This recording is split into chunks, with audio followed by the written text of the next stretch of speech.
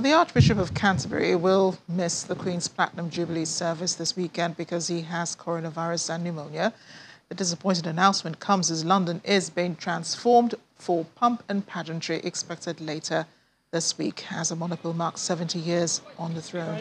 Award-winning royal biographer Professor Chris Imafidon has been speaking with our London correspondent Juliana Lainka outside of a very damp Buckingham Palace about the significance of the occasion. It's never happened before. It's never been dreamt of before. It's been a theoretical debate. So is it possible to hit the platinum?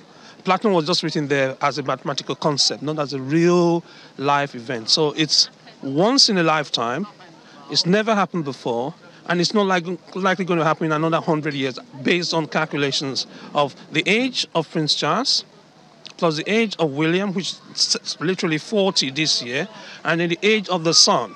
So if you look at 3 generations, we're not anticipating anything like this again. Almost every single person loves the Queen, not just the institution, but the person and the individual behind the person. Because when you see her, you will even like her, not because of the fact that she's old, but because she's caring. She asks questions about you, she's human, and she really, really wants to find out how good everyone is feeling. And that's one thing that endears her to anyone that meets her personally. The most quoted saying of the Queen was a speech she delivered as a 21-year-old, guess where? In Africa. So when she sees an African, she relates to you. The first time she became Queen, guess where? It was in Africa. So there are 2 significant things that has happened in her life that has defined her life. Because remember, she was not supposed to be Queen. She was not born a queen. She's the most accidental queen that's ever sat on the throne. Because her father was supposed not to even be king. It's her uncle that was supposed to be king. And so she grew up knowing that she was never, ever going to touch the throne. So that has redefined everything she sees. So the arrogance that comes with people that have a sense of entitlement does not come. So she still says, by the grace of God.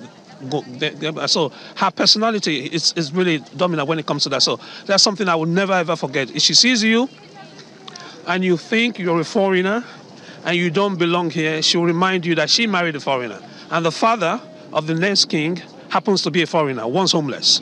People knew the egg, others knew chicken. If you knew the Queen before any of these scandals, you know who she is. And you know what she can do and what she can't do. There are a few things that she's had the opportunity to be naughty. She's had the opportunity to be demanding. She's had the opportunity when she assumed the crown, the throne very early, literally in her early 20s, that she's completely shut those things out. So it's knowing her and really knowing the person. Once you know the person, you know that for Nigeria, she was the first head of state. As soon as the country gained independence, as a geopolitical entity, she was the first head of state. And she remained the ceremonial head of state for another 3 or so years. And she still has attachment to parts of the Commonwealth that, 1, communicates in English, 2, does everything that they're doing in English. The educational system is Anglo-Saxon.